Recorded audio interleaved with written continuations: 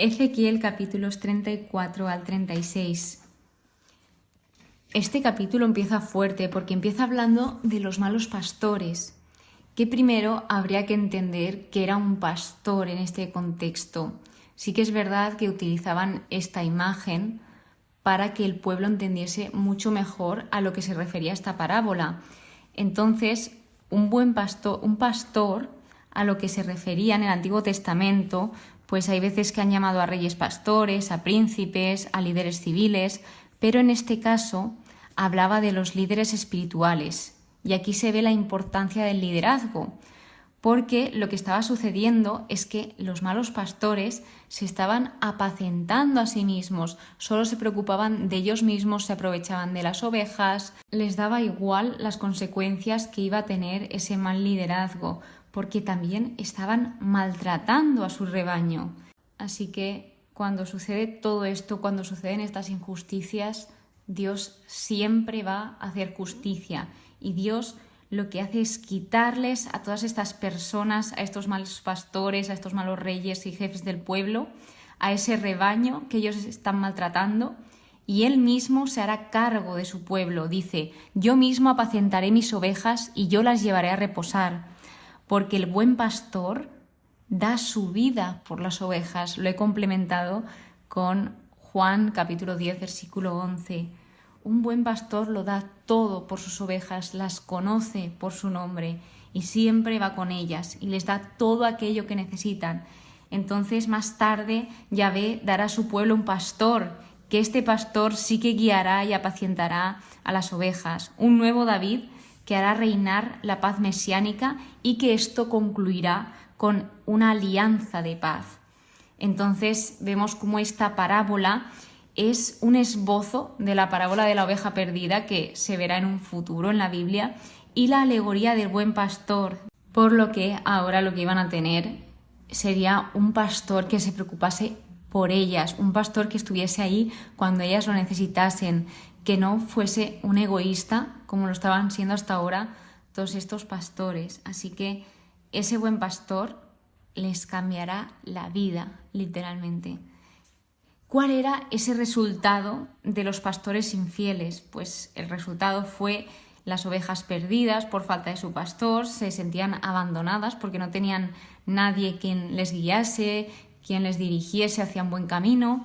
El rebaño iba errante, disperso, había mucho sufrimiento, porque cuando estás desorientado empiezan a venir las dudas, no encuentras respuestas y entras en un colapso, y así se sentían. Entonces el Señor vino a hacer justicia y dijo: buscaré la oveja perdida, haré volver a la descarriada, curaré a la herida, confortaré a la enferma, a la que esté gorda y robusta la exterminaré, las pastorearé con justicia. Aquí habla de esa restauración que iba a traerles, y en lo que se refiere a la última parte, habla sobre, claro, aquí se estaban aprovechando y comiéndose las cosas que debían de comerse todas las ovejas, y se supone que las que estaban gordas y robustas eran las que se habían comido lo de todas las demás, que esto eran lo que habían hecho los pastores a los que se refiere aquí.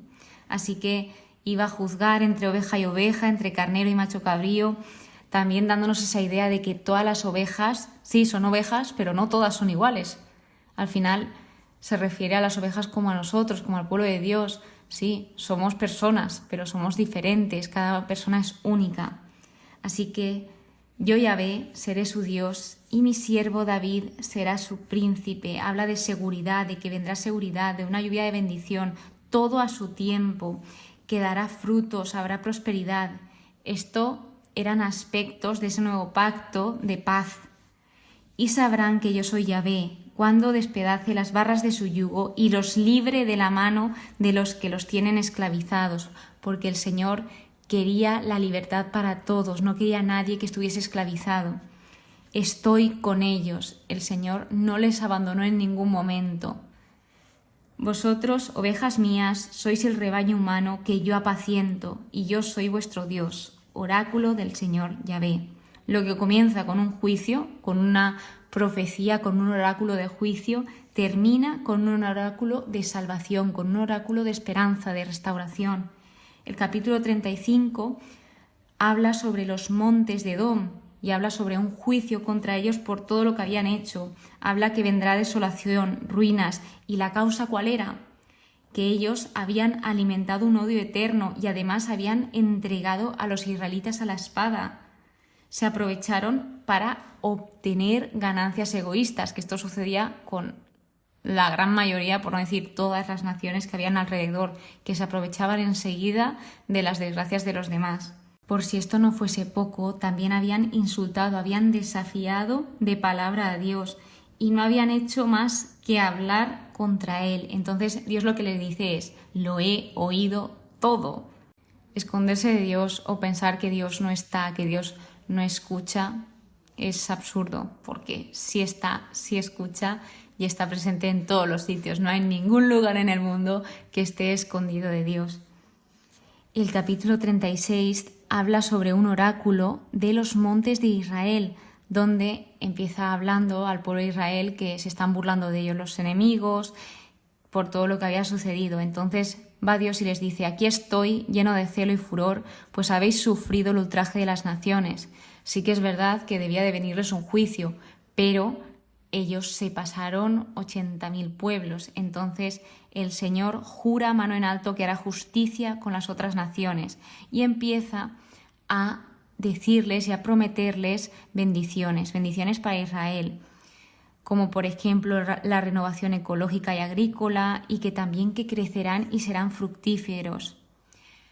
Recuerda esas abominaciones que ellos habían cometido y ese juicio de Dios, y luego vuelve con las promesas y la fidelidad que él había tenido al pueblo.